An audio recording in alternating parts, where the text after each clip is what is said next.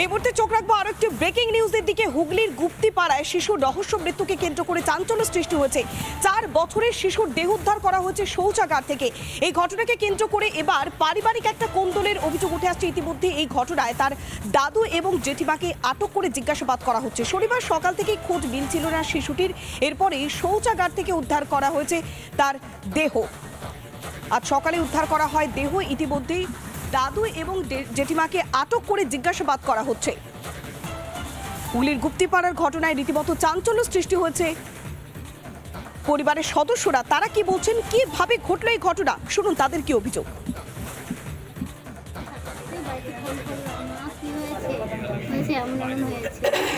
আমি আসলাম তখন আমার দিদিকে বললাম, দিদি আমার এমন সন্দেহ হয়, তো যা তো শ্বশুর আর শাশুড়িকে ওদেরকে একটু বলতে বল, পুলিশকে বল, সব শুনে যে সন্দেহ হবে কথাটা বললাম। যে সারাদিনে খুঁজে পেলাম না, আর আমার দিদি শ্বশুর বাথরুমে ঢুকেছে, বাথরুমে ঢোকেনি পুরো বলে কি বাচ্চা কার, এই বাচ্চা কার, এইগুলো মেরে এগুলো কিছু রাখেনি, পুরো নীল হয়ে গেছে, এত মার মেরেছে বাচ্চাটাকে, এত অত্যাচার করেছে। মানুষ না। হুগলির গুপ্তিপাড়ায় শিশুর দেহ উদ্ধারকে কেন্দ্র করে চাঞ্চল্য সৃষ্টি হয়েছে। শনিবার সকাল থেকেই তার খোঁজ পাওয়া যাচ্ছিল না, এরপরেই শৌচাগার থেকে উদ্ধার করা হয় শিশুটির দেহ। পরিবারের সদস্যরা একের পর এক অভিযোগ করছে পারিবারিক কোনো বিবাদ, কেননা দাদু আর জেঠিমাকে আটক করে জিজ্ঞাসাবাদ করছে পুলিশ। ঘটনাকে কেন্দ্র করে রীতিমতো চাঞ্চল্য সৃষ্টি হয়েছে।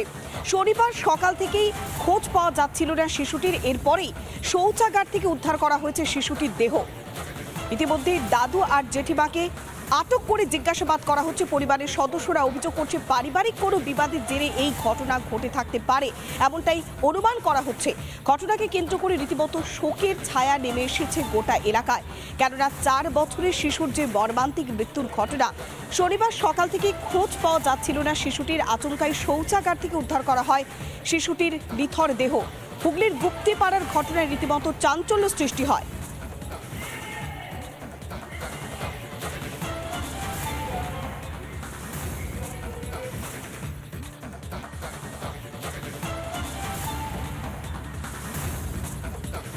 এই মুহূর্তে আমাদের সঙ্গে টেলিফোনে রয়েছেন দমকল মন্ত্রী সুজিত বসু। আপনাকে স্বাগত জানাবো রিপাবলিক বাংলাতে।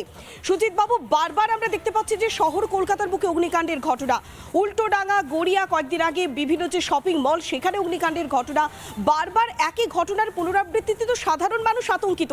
তাহলে শহরের অগ্নি নির্বাপন ব্যবস্থা নিয়ে তো প্রশ্ন উঠছে সুজিত বাবু।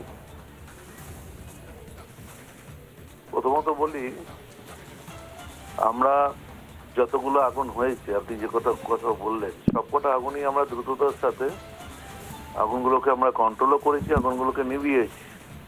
কিন্তু কিছু মানুষ যদি অসতর্ক থাকে, এবং আমরা বারবার মানুষকে অ্যাওয়ারনেসের জন্য বহু প্রোগ্রাম আমরা করি এবং মানুষকে সচেতন থাকার জন্য বলি, কিন্তু যদি কোনো ঘটনা ঘটে, সেই ঘটনার পরে যদি যা দায়িত্ব থাকে আমরা সেগুলো করি এবং তার সাথে সাথে মানুষকে সচেতনও করি।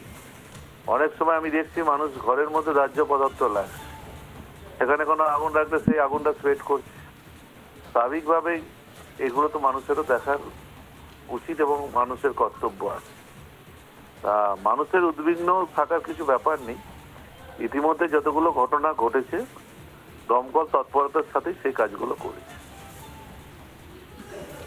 সুজিত বাবু, উল্টোডাঙ্গা একের পর এক বাড়ি পুড়ে গিয়েছে, একের পর এক ঝুপড়ি নষ্ট হয়ে গিয়েছে, মানুষজনের সহায় সম্বলহীন হয়ে গিয়েছেন মানুষজন।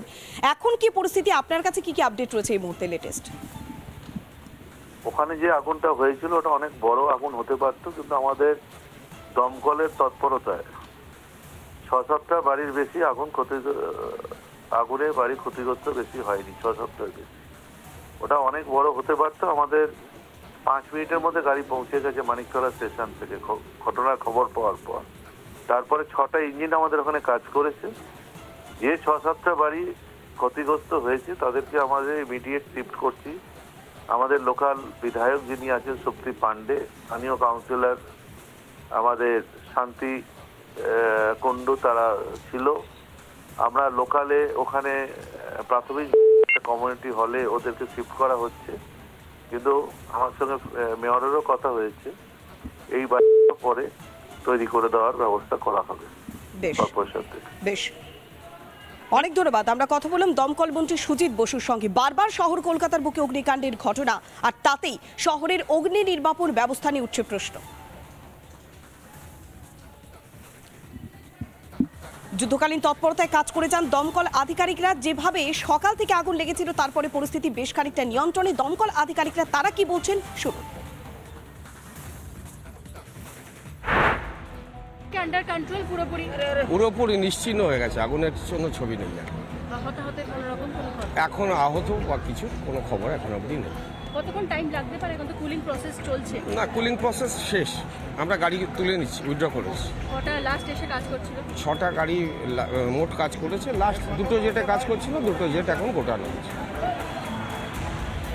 আর গত 6 মাসে আমরা দেখলাম যে প্রচুর অগ্নিকাণ্ডের ঘটনা ঘটেছে। তাও আপনার কাছে যে তথ্য, তাতে বারবার আমরা দেখছি যে এই ঘটনা ঘটছে। তাহলে কি কোনো অগ্নি নির্বাপক ব্যবস্থা নেই? একটু তুলনা করুন কয়েক বছর আগের, বছর 15 আগের থেকে কিছুটা একটা তুলনা যদি করেন, তাহলে আপনারা দেখতে পাবেন যে এই যে টাইমটা, এই টাইমটাতে আগুন লাগার সময় নভেম্বর, ডিসেম্বর, আবার শীতের যখন শেষ, মানে ফেব্রুয়ারি, মার্চ, এই টাইমটা একটা আগুনের সেশন থাকে ডিউ টু ওয়েদার। সেটার পর থেকে মানুষ অ্যাওয়ার অনেক হয়েছে, আগের পরিসংখ্যান থেকে এখন পরিসংখ্যান অনেক কমে এসছে। আগামী দিনে আরও বেশি অ্যাওয়ার করা গেলে আরও কমে যাবে। নানা ধরনের কন্টেন্ট দেখার জন্য লাইক করুন, শেয়ার করুন আমাদের ফেসবুক পেজ, সাবস্ক্রাইব করুন আমাদের ইউটিউব চ্যানেল।